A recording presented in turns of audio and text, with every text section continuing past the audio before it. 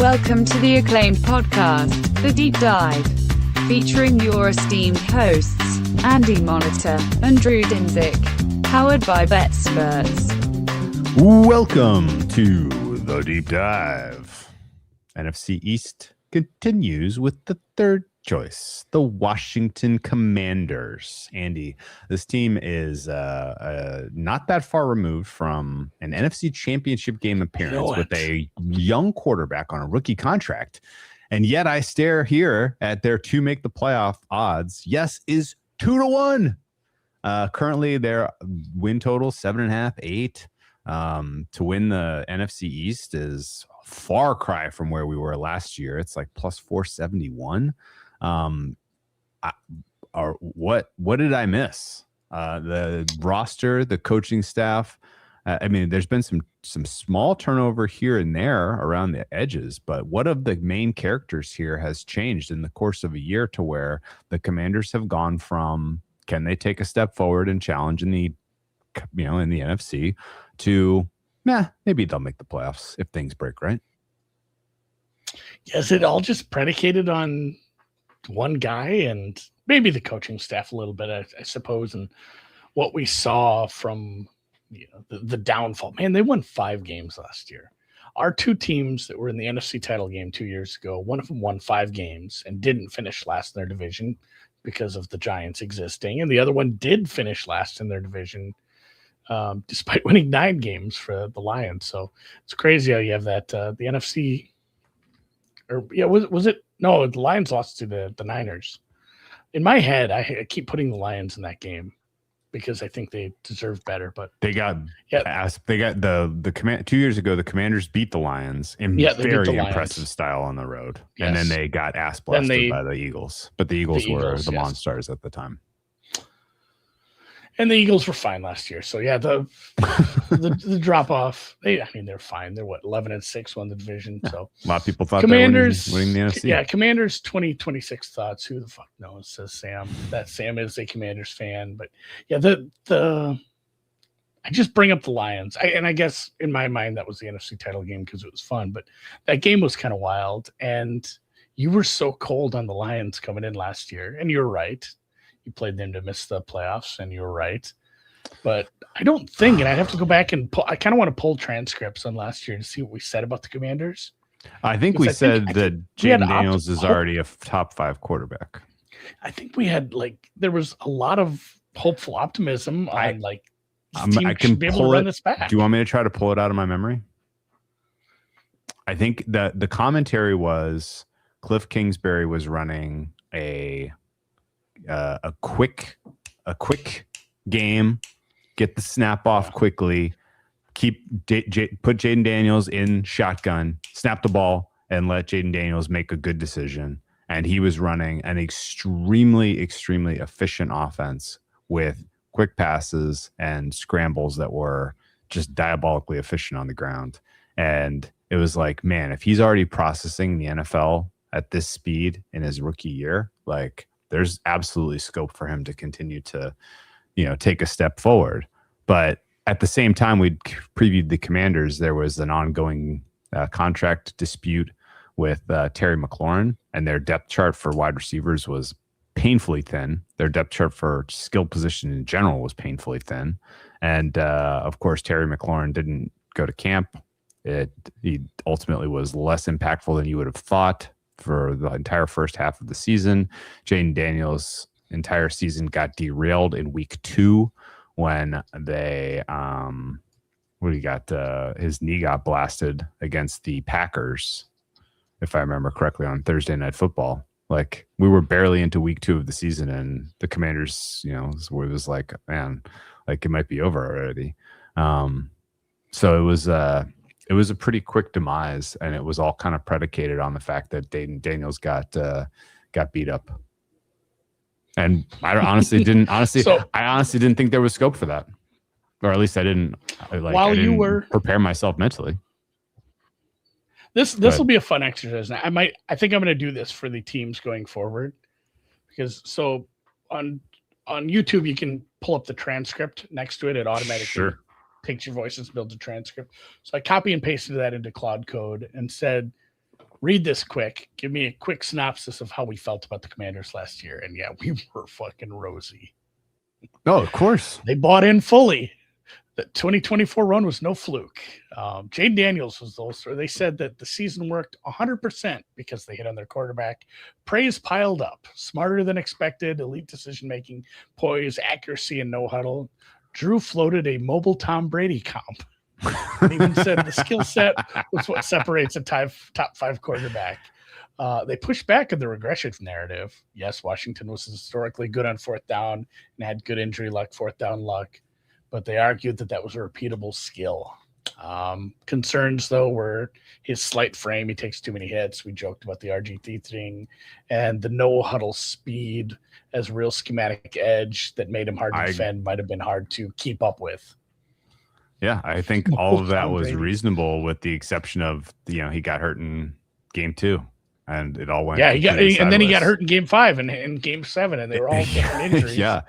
And now Kliff Kingsbury's moved on. I gotta pull my notes up about exactly what David Blough, Mr. Plow, David Blough, exactly what his his development was as a coach. But yeah, it definitely felt like some of the investments that the team made from a personnel standpoint didn't especially work out. They brought in a lot of old players. Those players are aging out now. It looks like with the strength of the roster and the way that the market evaluates this team that they've kind of squandered Jayden Daniels' rookie contract.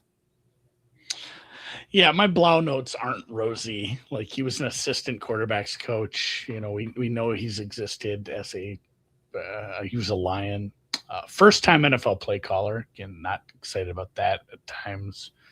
Expected to keep the spread / RPO heavy structure around Daniels' mobility. So more of the same, but maybe not as good as what we saw from Kingsbury, who I couldn't remember if they fired him or not. I'm like, did he quit or did they fired?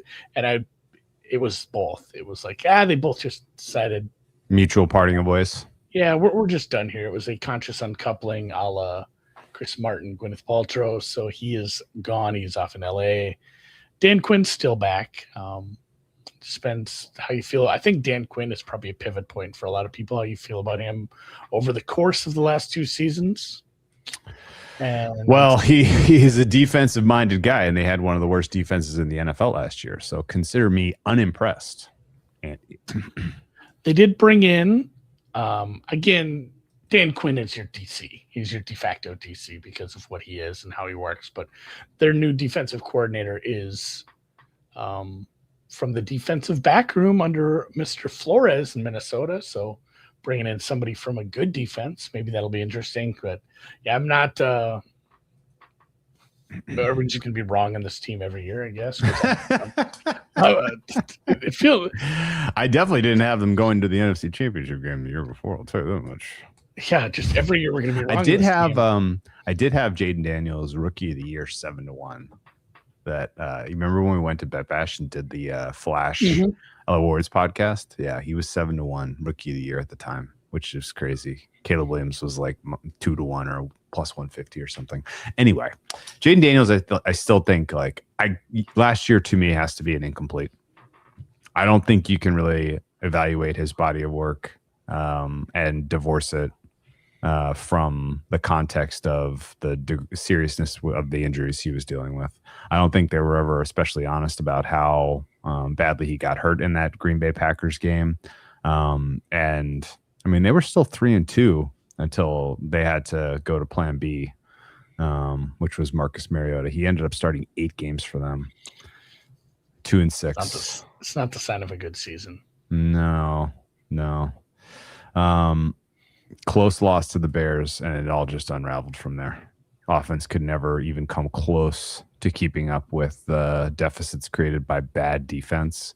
And really, maybe that's where the criticism of Dan Quinn, like, what are you bringing to the table if you are unable to prevent your opponents from getting into the high 30s, low 40s week in, week out, right? Like that stretch where the season fell apart for them, 7, 8, 9, 10, 11. you gave up 44 to the Cowboys, 28 to the Chiefs, 38 to the Seahawks, 44 to the Lions. Like, yeah, there's some very, very good offenses in that mix, but those are like, it doesn't matter who your quarterback is, Daniels or Mariota, you're in deep trouble. Your overtime loss to the Dolphins, 16-13 in week 11 was stick a fork in us. We're done. Who was the quarterback for the Dolphins that week, Drew? Oh no, was it? It was not. Or you're asking me like it was not Tua? Was it not Tua? I'm not sure that that was Tua for sure. I'm not 100% sure it was because I know he missed Will. some time too. Will. What was his name? It was Tua. It was Tua. Will didn't take over that makes until me feel way a little later. better. Way later. Okay, that makes me feel a little better. But it was still like that was. Also it was in Madrid. Oh yeah, that's right. I forgot about that. Stadium Bernbau, right? Yeah, but it's it was a bad winning that game wasn't even going to help you. That would have gotten you to 4-7. You're still done. It was a bad decision to, I think, bring Daniels back. What other games did he start later in the season when they were completely out of reach? Do you remember? They brought him back to start week 9 against Seattle. They brought him back again to start week 14 for some reason. It's a good defense to play against. Have fun with that. Well, how about in Minnesota? Week 14, game 13 for them. Your season is over, dead, done, and dusted. Why trot him out there to play at Minnesota in a 31-0 loss, by the way? The week after Minnesota was shut out. I forgot about that. That was one of the funniest. Are weird. That was one of the funniest wrinkles. He played in games weeks 1, 2, 5, 6, 7, 9, and 14. That is a very disjointed list. And obviously the 3 separate injuries. And I think that's why I'm so sketched out. I'm so cold on him because of the injuries, the fact that it was multiple injuries, the fact that they were kind of not super forthcoming about the severity of them, but the fact that it was a knee, a hamstring, and an elbow. He's got like a lifetime of injuries already in 2 years because he had the chest stuff year 1. I feel like he took a knock to the head at some point too. He's had a lot, and people are shit all over Anthony Richardson for, oh man, he got hurt right away. But like Jayden Daniels had a great year, and that team was a lot of fun. But man, over the course of just 2 seasons, he's been hurt a lot. Didn't really have an NFL body. He's a little slight. He's been a little girthier like me. Yeah, Dan Quinn probably deserved to be fired for the decision to start Jayden Daniels week 14 alone, let alone how poor his defense played last year. Maybe that's where Kingsbury left. He's like, this place is a mess. It's like, this isn't going well. I'm just going to take another year in Thailand, try to get another offensive coordinator job next year. Yeah, he went from rehabbing was he assistant coach of the year before? He might have been. Anyway, yeah, it was a pretty broad unwinding. I don't really know even how you what do you point to on the defense as far as why things failed so aggressively for them? Coverage Was all world bad, and it's not looking like it's taking some big step forward, but they, and some of the draft picks they made in the secondary, like Sainris still wasn't great. Who was the guy that's not even there anymore from like 2 years ago? I'm trying to think of that the corner that they brought in.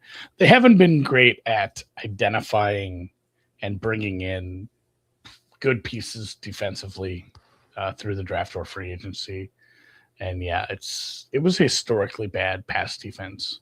As you mentioned, some of those big numbers they got put up against them, some of that shit was garbage time where the other team was winning and they just, well, I mean, we're trying to slow down, but you're that porous. We're still just scoring, guys.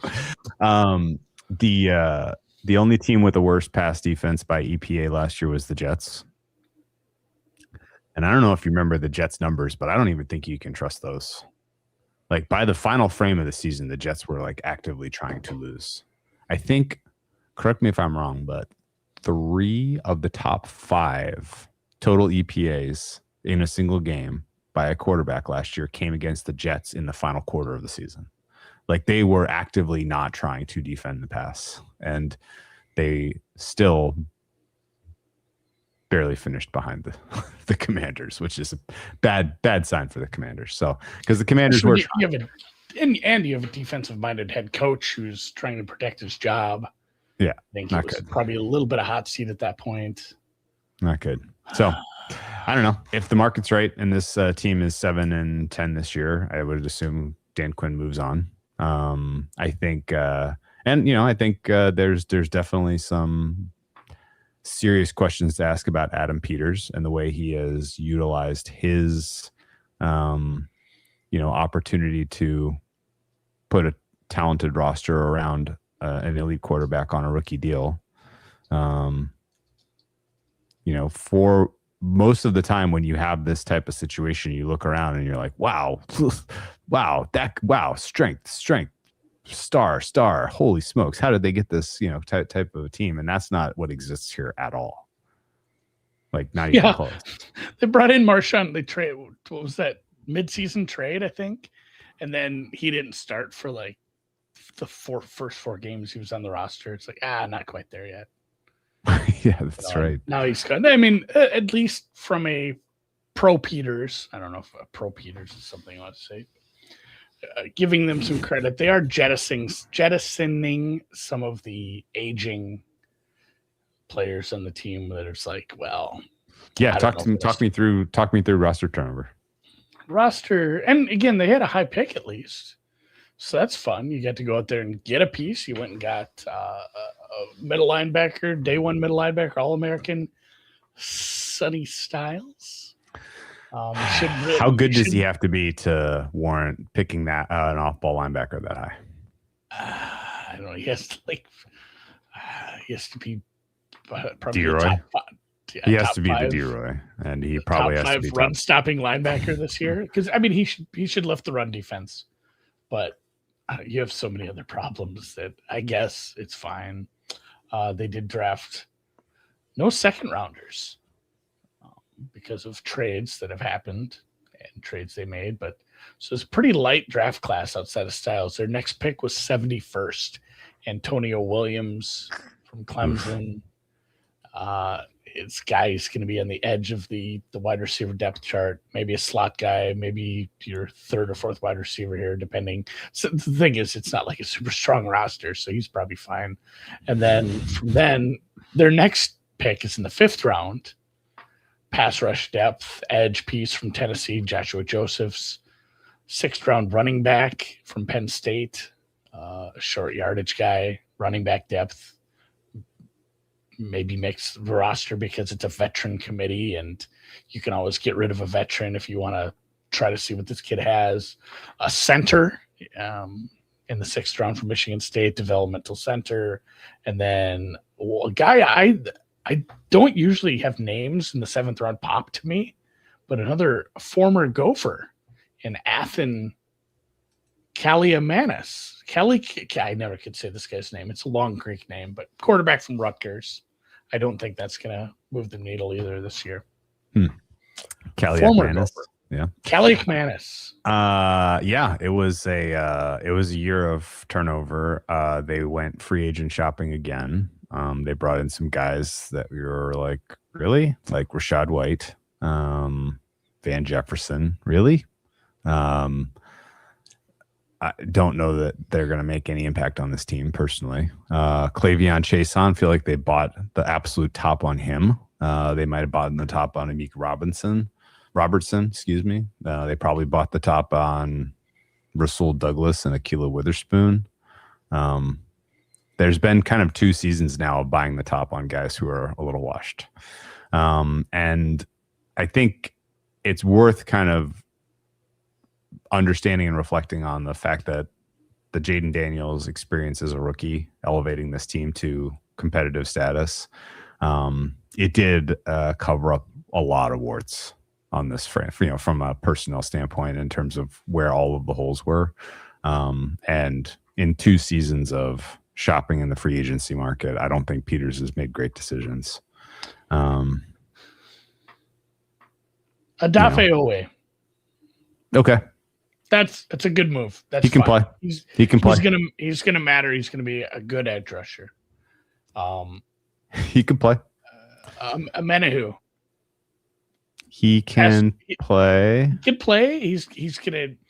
He can play inside. He can play outside. He's additive to your pass rush. That's nice.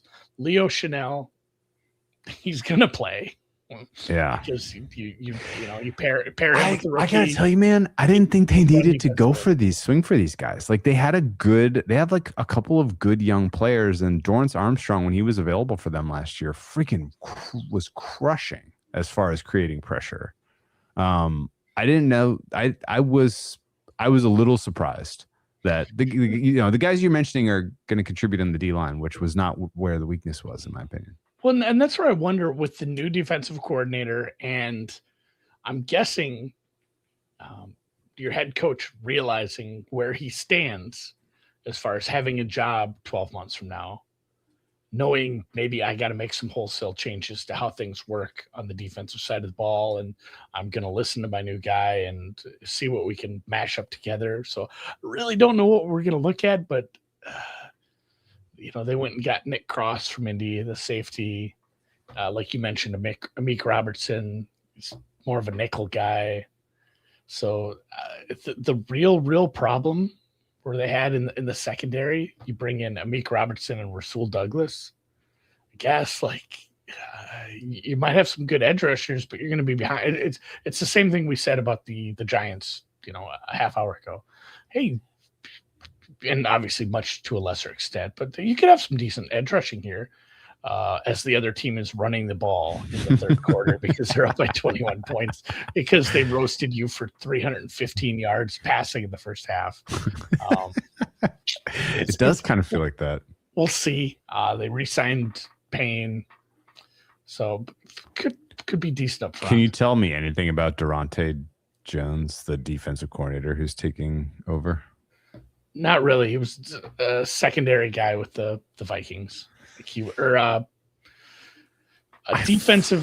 defensive backs coach under Flores. He is again a first-time coordinator. I gotta tell you, with this roster, is a first-time play caller. It's with this roster and these coaches, this feels like a high volatility team with a super low floor. Finishing it does. I mean, just if none of this stuff works out, they finish behind the Giants. That's your floor. Yeah. I think 32nd in defense is not out of the realm of possibility. I mean, it's more talented roster than that, but yeah, the secondary looks like trouble to me. This looks like a unit that could truly struggle. And I honestly think marrying a guy from the Flores mold with this roster is spooky. David Blough was the quarterback's coach for 2 years of the Jayden Daniels Blough. He was the quarterback's coach for 2 years of the Jayden Daniels experience, and obviously has a lot of understanding and familiarity of his strengths and where he needs to go development-wise to continue to take steps forward. I don't know, man. I'm just going to hold my breath and hope we get 17 healthy games from Jayden Daniels. And if that happens, this team's probably on the fringes of a playoff spot. If it doesn't, then burn it all down. I have a new head coach, assistant quarterbacks coach. Was he the assistant quarterbacks coach? He wasn't even the quarterbacks coach. He was the assistant quarterbacks coach. He's the assistant to the assistant offensive coordinator. He's taking a big step up here. We'll see how that goes. Wow. 30-year-old undrafted quarterback out of Purdue, spent 4-5 seasons in the NFL as a backup. It's a Lion. Famously had a couple starts, Mr. Blough. Might have started a Thanksgiving Day game. Does that sound right to you? Is that what his NFL moment of fame was? I forget. He also played for the Minnesota Vikings. Either way, he was a Brown. He's going to be. I mean, he was on some practice squads. A little bit of a trial by fire here. So I guess let's talk about the positives. So the offense here has a full offseason of Terry McLaurin. He is a difference maker. His chemistry with Jayden Daniels is unquestionable. They have good pass pro led by an absolute stalwart at left tackle and Larry Tunsil. I think that he's got, if you have a healthy Jayden Daniels, he's got the potential to have a top 10 offense. but he's going to be learning on the fly. So maybe a little half-baked to start the season and fully baked once we get into October, November. We'll have to keep that in mind when we looked at the schedule. The general read here, though, is if this is not a top 10 offense, then this is not a 7-win team. Yeah. And just real quick, I did want to mention some of the losses the team had to their roster. Hit it. But it's Marshawn Lattimore. Who's he play for now? Doesn't. He does. Bobby Wagner, who picked him up? Doesn't. Von Miller, same question. Actually, wait, didn't Bobby Wagner retire a Seahawk? I think he did go sign up for one day or something. Yeah, he's done. Von Miller, Zach Ertz, Deebo Samuel, a lot of wow. cutting forgot cutting these the names fat. were wearing the Commanders jerseys last year. Okay. They weren't every game, but and then Biadasz was the starting center. Yeah, he's pretty good too. Yeah, he's a swap on the interior that they're going to have to figure out. But a lot of the losses were just guy's 100. Okay. Man, chat low on Terry McLaurin. Terry McLaurin is, it's one of those things. If you don't see the guy play, you get he had cold a bad on him season because he had a bad season. He's still a difference maker. He's a wide receiver one. We'll see. The numbers, you want to go through them? Yes. I was anchored high on OC quarterback last year because of what we saw in year one. And I have to stay kind of in that ballpark because I think there was a bit of an incomplete in the data set from last year. And by all accounts, Jayden Daniels is having a happy and healthy offseason and is going to be 100% ready to go week one. So I was at a 7.5 going into last year. I've downgraded, but not a lot. I'm at a 6.7 right now. This was a soul searching wrestle with how much do you downgrade one season of poor health before you go a week one number. Again, that's what we're trying to go. What is a fair for week one? And I went lower, and I will preface this with when we first started doing this, we always said you can't grade your quarterback without your offensive coordinator. It is one and the same. So when I make my quarterback numbers, I take into account the skill level, but also how he will be deployed and how the scheme is going to get the best out of him. And I'm very much in the dark on, I guess they're going to try to just, do more of the same. We'll see how that goes. They've said that they're going to use a lot of under center, which I kind of really hope not. Maybe that helps Jayden Daniels stay healthier, but he was so good when he got to see the whole field and make those quick decisions. I don't know. Yeah, if they stick with the RPO heavy stuff and hey, here's a spread offense and go make stuff happen and try not to get killed, sure, but we'll see because it's a first time play caller, and I went with a 5.3. Just again, it's not only that, but I have, I wish I had your numbers. I give him a from the bump end for of having last year. I can go find it. What end of last year? Where did you have a guy like Baker Mayfield? That's interesting. I'm pulling it up right now. End of last year. I'm trying to anchor where you were with a 5.3. What? Baker at the end of the year, my QBOC number for Tampa Bay to close the year out was a 4. 4. Okay. So there was some struggle bus. A comparable number to this, a 5-ish. CJ Stroud. Stroud, I had a little higher. I was going to say somewhere in the Chicago range, somewhere in the Pittsburgh range. Now that feels bad. Baltimore, roughly. I had Goff as a 6 to close the season, if this is correct. Who's my number one team? Rams were. I'm making sure this is accurate. Rams are number 1. I have Seattle right there. What was your Seattle, out of curiosity? 10.5. for Darnold and Clint Kubiak. Yeah, I think it's like a 7, man. I had to. Yeah. Still, it was very hard to even when they were doing it, it was so hard to believe in Darnold at the end. I think I downgraded Darnold at the end of the year, just strictly based off the fact that I watched him play those last 2 games with the Vikings. And I knew I'm just like, I can't keep him this high because it's going to come crashing down again. And obviously he ended up performing well. But yeah, I'm at a 5.3. He was a top 5 quarterback 2 years ago.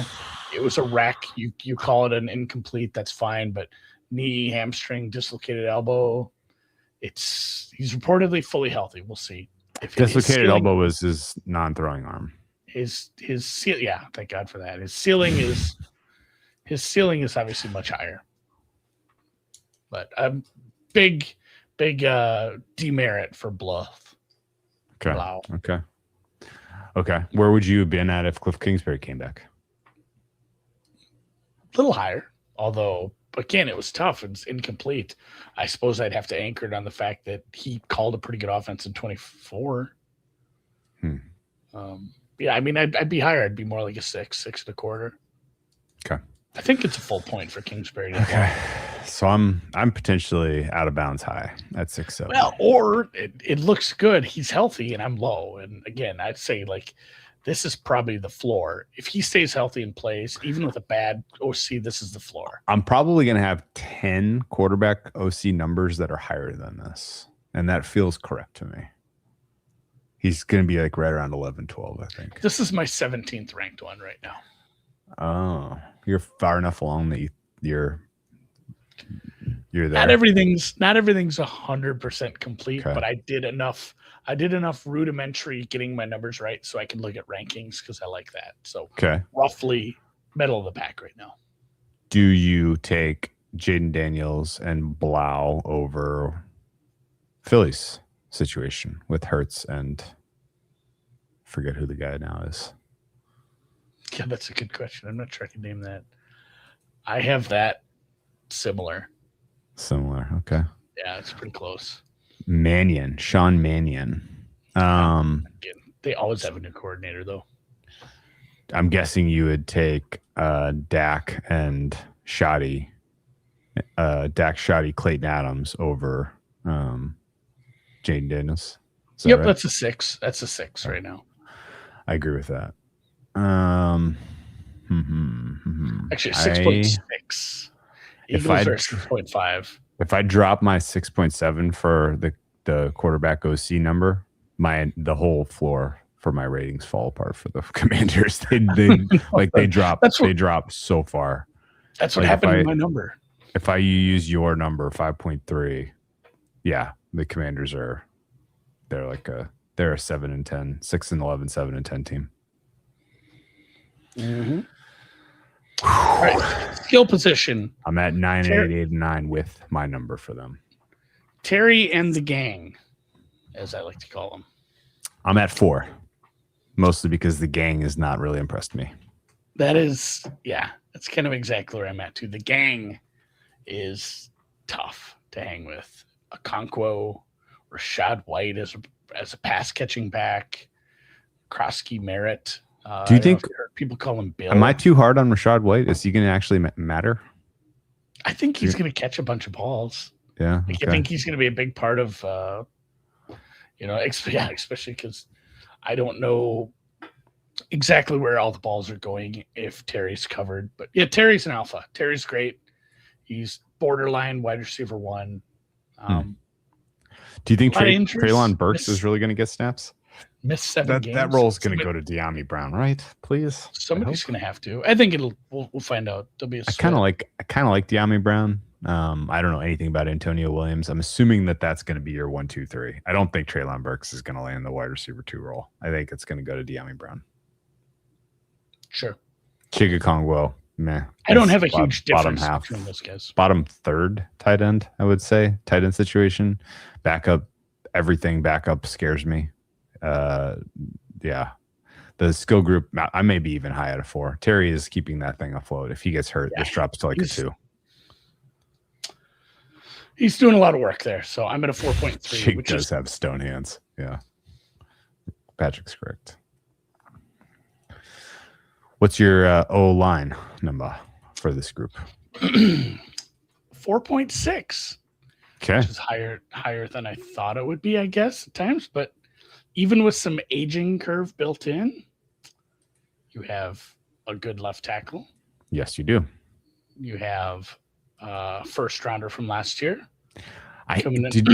He graded pretty well for me. Yeah, Connerly. Yeah. Yeah. I kind of think he can play. Cosme. This is another really good tackle situation. Yeah, it's dragged down a little by last year's numbers. When some guys I think were in and out. Connerly was on a learning curve. Cosme only played 9. Yeah, there were some guys that missed some time, so it gets dragged down a little from last year. But if you just the output from last year, but if you look at kind of the sum of the parts, this is a team that can get average offensive line production, maybe even above that if it starts to show up. Yeah, okay. I'm at 5 exactly for them. So we're kind of in agreement. This is an average line situation. Yeah. All right. That puts me as a 56th percentile offense, so better than average, largely just because I have almost a 67th percentile rating for the quarterback OC situation because I love Jayden Daniels so much. Apparently, it's going to end up being kind of in the 11 to 15 range for me as far as offenses in the NFL. And again, with the downgrade to the quarterback to your number or a loss of Terry McLaurin, this becomes bottom 5. I guess those two things combined. If Andy's right about the quarterback number and Terry McLaurin gets hurt, this is a bottom 5 offense.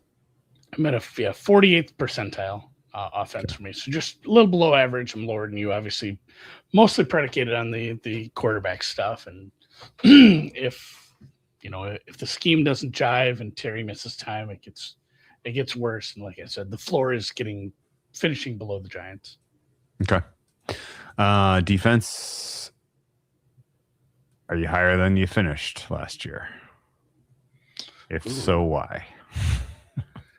I closed my 2025 rankings. I'll pull them up again. All right. Where are my Commanders? I color-coded them last year. I haven't done that this year. I had this as a 38th percentile defense. It ranked 27th in the league. Pretty much just kind of right. I'm trying to think I'm gonna look who is lower for me. The only teams lower were the Bengals, the Giants, the Panthers, the Cardinals, and the Niners, who were really struggling. Some of those teams were struggling, and none of those teams are a lot lower. Obviously, the Bengals were got 29th percentile. I was really, really not keen on what the Bengals were putting out at the end of the year. Well, the middle of the season, they were absolutely couldn't watch them. They were so bad, but they got better by the end of the year. We'll get to them another day, though. I finished the season with the Jets as the worst defense by a margin. And yeah, I mean, I was just under 30th percentile. This coverage unit was grading as a 1.7 for me at the end of the season last year. Personnel that they have put together, that's upgraded to a 4, but I might be missing something there. Where's your coverage number?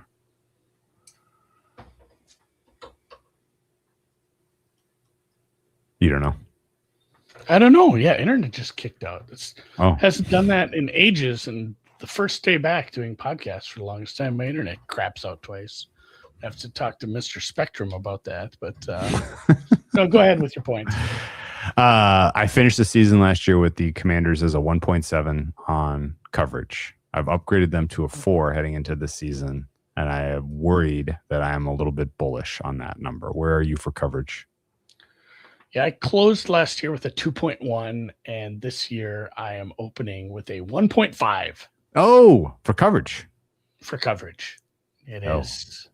Oh, that's low. Real real not good. That's low. Because as much as I dogged on Lattimore and hey, he didn't play much and he's old and hasn't caught on, everything else is young, unproven, some again patched with some veterans that I'm not keen on. It's gonna be bad, right? I mean, what are your positive notes? I want you to play a game. Find a positive note for this. Bobby Wagner retired. Yeah, you can't target him on every snap. Yeah, there's that. That became such an easy button that I think that was affecting things. Sad to say. Hate to see your heroes go out like that, but it was bad. Basically just needed to target Bobby Wagner and you were a successful passing play. I like Nick Cross fine. I think Sanders still is good player, will come along in year 3. They're asking him to do a lot. I hope he can handle that. I'd rather see him in the slot, but whatever. They bought at the top on a lot of these guys, but I think they can play. I think it's closer to a league average pass defense with swapping out the clear and obvious weak link of Bobby in coverage. I don't know. I'm nervous. I'm too high on it though, for sure. I'm looking at that like I might have whiffed. Run stop for me is a 3.8. I don't know. Do you think Sonny Styles is more of an impact player for the passing game or the running game? Sounds like from before, it sounded like you think he's going to be a bigger deal in the run game. I think him and Leo Chanel help the run game. Big thumpers, whatever, in the middle should help because it was rough last year. What's the nose tackle they got? Settle? Yes, Tim Settle coming over from Houston. He's probably a plus. He's just a big run stuffer as well, so it should improve a little, but it's still a lot of ifs and buts, candy and nuts. So I'm at a 3.2. Again, leaving room for improvement, but you can't just be like, hey, they're bringing in a rookie. It's going to get better because that's what did good. The rookie was good at this in college, so he'll be good at this against pros. Like, of course, it doesn't always work out that way. So hopefully for their sake, but we'll see. They were 26th in run stop win rate last year, which felt about right. 45% in pass rush win rate, 6th best in the NFL. Did not convert to a lot of success, and it didn't matter because they were chasing huge deficits for so many games. But I think pass rush is the strength of this defense, but I don't put it above 50th percentile. They're at 4.8 for me. Yeah. Pass rush. Yeah. What's your number? 5.7. Okay. So you're higher than me on pass rush by a good amount. You like the addition or you like the existing guys? So some of my numbers is me doing things by hand. Some of it is bringing in a lot of data and trying to suss out how I feel about a team based on output, based on player grades, based on how I feel about players. Mm-hmm. And this was something that really bugged me yesterday when I started to get ready for this show is I have a higher pass rush number for the Washington Commanders than the New York Giants. And I don't know how I'm going to go to sleep feeling about that. But again, they don't lack the interior help, I guess. I like Owe. I like Odafe Owe. I like Amenahu. What do we call that Jerzon? Is it Johnny? Is that Johnny Newton? Yeah. We go by Johnny Newton, second year guy. Chiasen, good rotational piece, I suppose. They spent all the money on this. They kept Daron Payne. Like, they should have a good front. They should have a good pass rush. But again, as you point out, when some of these bad teams, does it matter when the other team's just running the ball because you're losing down by the game 3 anyway. touchdowns. Yeah. So I may be low on this. I'm a little under 50th percentile at 4.8. So that has scope to be reevaluated, surely. In total, I'm at 42nd percentile for this defense, slightly worse than the Giants. I mean, if there's only one way that this gets updated as we gain information, and that's probably down. and it's probably cut for coverage. Your coverage number to me sounds pretty bearish. That's like the kind of number I landed with for like the Dolphins and the Jets last year. Like that's really low. We'll see. Yeah, I have a 35th percentile defense right now. I'm kind of starting at the floor, which is fine where I'm at. I'm giving the spider chart. I'm giving coaching 3 out of 10. I'm giving special teams 6. We'll see. Where was I? My coaching was higher. I maybe need to revisit that, as much as I didn't say the greatest things about Dan Quinn. He did a lot of good things 2 years ago in terms of deciding when to go for it. And I think that's, I'm going to go look at some of the numbers I use for coaching are, just like you said, like the fourth down stuff was great in 2024.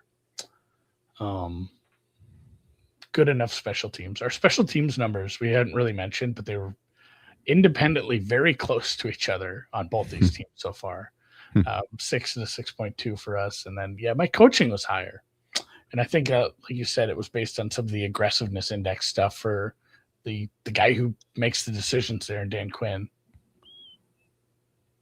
And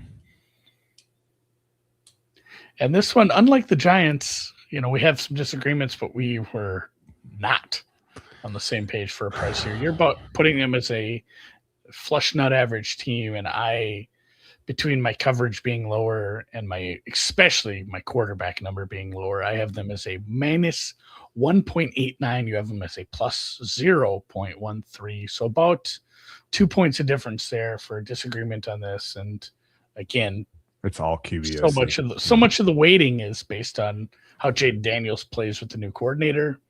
And I think we've covered their range. Yeah. And I'll be completely honest. I don't want to start with them low and be late to the party upgrading if Jayden Daniels is the guy we saw in 2024. Yeah. And I think there are I'd rather start around a neutral and then break either direction depending on how we see the Blough Daniels marriage working out, I think going into a season 2, you have to think about how you're approaching a team. And if you are off market for a bunch of little things on a team, and you think, the market is just generally higher on almost everything for a team, and you can bet against that team if you think your numbers and your data and your research are strong. If you are basing it completely on the quarterback, you better be damn sure. And sure, that's where in my mind going into the season, I'm lower than market. Probably I'm gonna have to double check what the market. You want to know what the market number is? It is smack in between -1, -1ish, -1 point, -1.0. I have it jotted down in a different spreadsheet that's not open, but I'm lower than market, but I'm not excited to just be like, hey, I should blindly be betting against this team, because there is a position that was really good 2 years ago that I'm a little colder on. And if that's fixed, maybe even at 75 or 80% of what we saw in 2024, this team is average to above average. And I'm dead wrong. So I'm fine just kind of biding my time on this team, because I need to see what the offense looks like. Okay. I don't think I have a good enough guess on how bad the Blough system was going to be to just blindly fade this team. Is there a world where what you see from Daniels in spring training, in the preseason and in training camp, changes your opinion before we even get to week 1?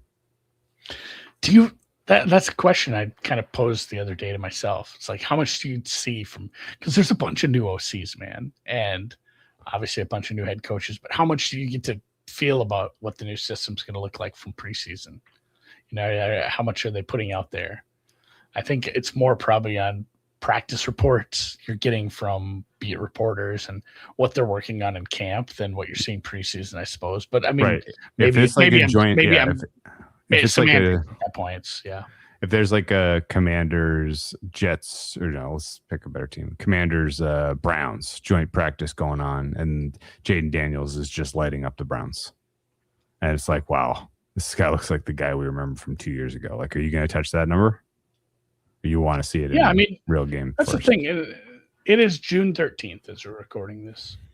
Like, if you are not adjusting your numbers throughout the preseason, you're probably doing yourself a disservice. This is where I'm at right now. If something drastic happens, I'll probably tweet about it. We'll be doing some newsletters. Like, I'm definitely going to be watching. Obviously, there's going to be injuries in the preseason. We're going to have to adjust because of that. Players are going to tear their ACL between now and week 1, and there'll have to be adjustments. But there can be adjustments up. They're just rarer, I think. There's more injuries than surprises to the good. So definitely keep an eye on the joint practices, practice reports, beat writer stuff, and anything else like that. If you have question marks on a really important piece like Jayden Daniels and the upcoming year's scheme. You want to look at the schedule? Yes. It is pretty tough. Not a lot of slam dunk wins here and a ton of coin flips. Thankfully, the coin flips are kind of middle and late portion of the season. So you're going to have some data to make a decision on where you stand on Jayden Daniels and fair rating before you really have to take a stand. Is that a fair summary? Yeah.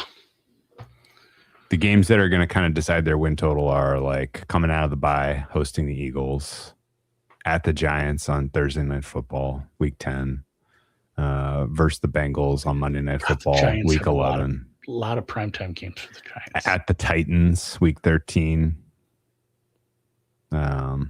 At Minnesota, Week 16, right? Like, these are all games where they're dogs by less than a field goal. And if they have their shit together by midseason offensively and Jayden Daniels is kind of in form, then this is a team that's probably 9-9, at least 9 wins and kind of sniffing a wild card. And if it's not working, if Blough is not the guy, and this is just a lost year before they move on from their lame duck coach, then we could be looking at 4 or 5 wins, and I wouldn't be shocked. Big bands on the commies. Mm-hmm. Nasty start to the season with the back-to-back roadies at Philadelphia, at Dallas. You may be effectively eliminated from winning the NFC East before your season even starts. Doesn't get any easier with a Sunday early start hosting the defending champion Seahawks. Could be 0-3 to start, and I don't think anyone would be surprised. And then you got to get on a plane with your 0-3 team and fly to I forget where that game is. Munich? That one is in London. That's a London game. It's a London game? Yep. Tottenham. Okay. Commies, Colts, Tottenham. That's the first game you're favored in the season. Neutral field. Neutral field, you're favored over the Colts. Does that surprise you? The Colts one's wait till we get to that one. That's a okay. I don't think personally, if I looked at that right now, my number would not have that, not have them favored. Yeah. Okay. My Colts number would be around neutral. Yeah. Actually above neutral. So yeah, I'd have the Colts favored there. Okay. Really, the only that seems like a bad number. The only quote unquote winnable game is that week 5 game hosting the Giants. You have just flown back from London, so you're at a travel disadvantage at home, which sucks. Then you got to go on the road at San Francisco. So you're playing a London game, an East Coast game, a West Coast game, back to back weeks. That's going to be tough on the old bodies. Especially because the West Coast game is a night game. Oh, man. They're going from playing at 9 a.m. to 8 p.m. over the course of 3 weeks is going to be nasty. They get their bye after that.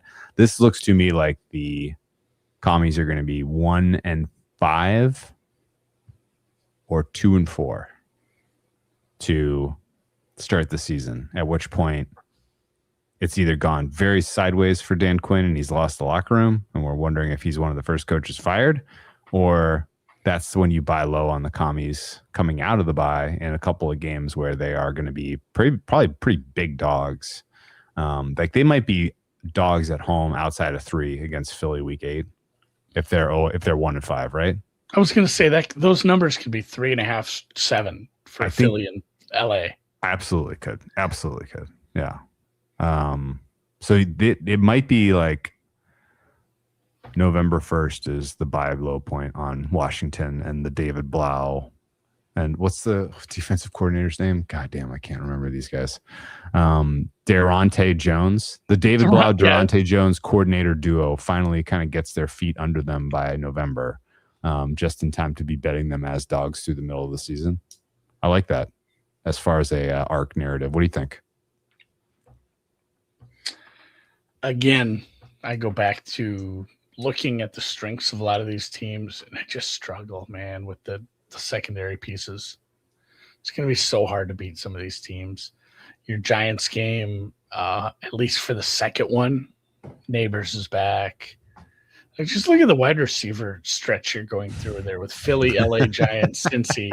You get a nice little respite with Arizona, but boy, the wide receiver ones you're facing this year, it sucks. Jackson Smith and Jigba right off the bat. You got Dallas too with Lamb.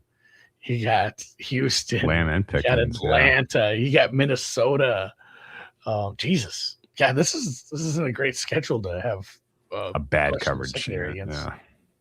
So I don't know if it's, we've talked about 100 times now and how important how Daniels plays this year with the new scheme, new coordinator is, but if Jones doesn't get this and Quinn gets the secondary playing a little better, God, maybe another fun over team. What if they figure it out on offense, but the secondary just stinks anyway, and every game is 31-28? Be fun to watch. I hope that happens. I was going to say maybe it's a bad team that I enjoy watching. I kind of feel like you're going to revisit this as we go through the offseason, and this is going to be one of the bigger year under market on, and this is going to stand out as a potential alt under type of team. You know what you would win money on if this team turns into a team that scores 24 to 28 points in a losing stretch, 13, 14 times, maybe not that many, to 11, 12 times, and they score 20 plus, 30 plus and lose. You know what bet wins? Jayden Daniels comeback player of the year. It could be. He has like 45 combined touchdowns. He's pretty off the radar in that one too. Is he even a top 10 choice? I don't think he is. I think he's near the top, but not the favorite. I'd have to double check that. I was going to say, if you wanted to go pro Commandos right now, it'd be.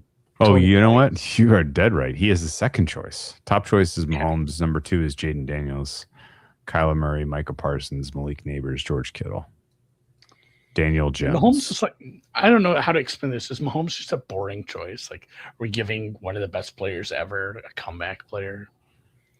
Kind of. I don't know. Maybe. Did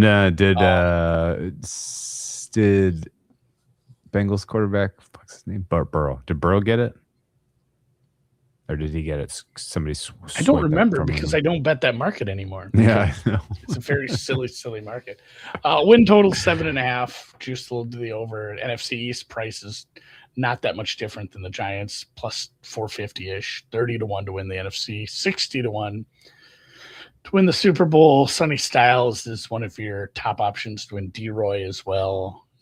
Just, I guess, because he's going to play immediately and quite a bit, but I'm not sure he's the right position to win that. Be interesting. And I think another market that I don't have a price on, but yeah, the Quinn stuff. I'm going to have to read the tea leaves and see what people are saying about that as well. If he's a realistic candidate for first coach fired. Yeah, just because it's not a great schedule. You're giving him 2 new coordinators. You're probably not pulling the trigger on him mid-season, right? Yeah, especially since, if one of the coordinators was like Callahan, and they brought in a guy who had been a head coach, and now he's going to be your offensive coordinator, and you got a guy who can just, step up and be the coach, at least in the interim, maybe as a full-time spot. But these guys are very inexperienced coordinators. It's not like, hey, we hired Blough to be the coach in waiting. I don't know. Maybe they elevated him from within the deal. All right. Anthony Lynn waiting in the wings, he says. So final comment on the Commanders, and then let's wrap it at an hour. This is a team that is probably untouchable through the first 6 weeks of the season, coming out of their bye. If there's any sign of life, bet them as a dog. I don't think I have any other real serious opinion about them until we know what the hell's going on with Blough. They're for a reason.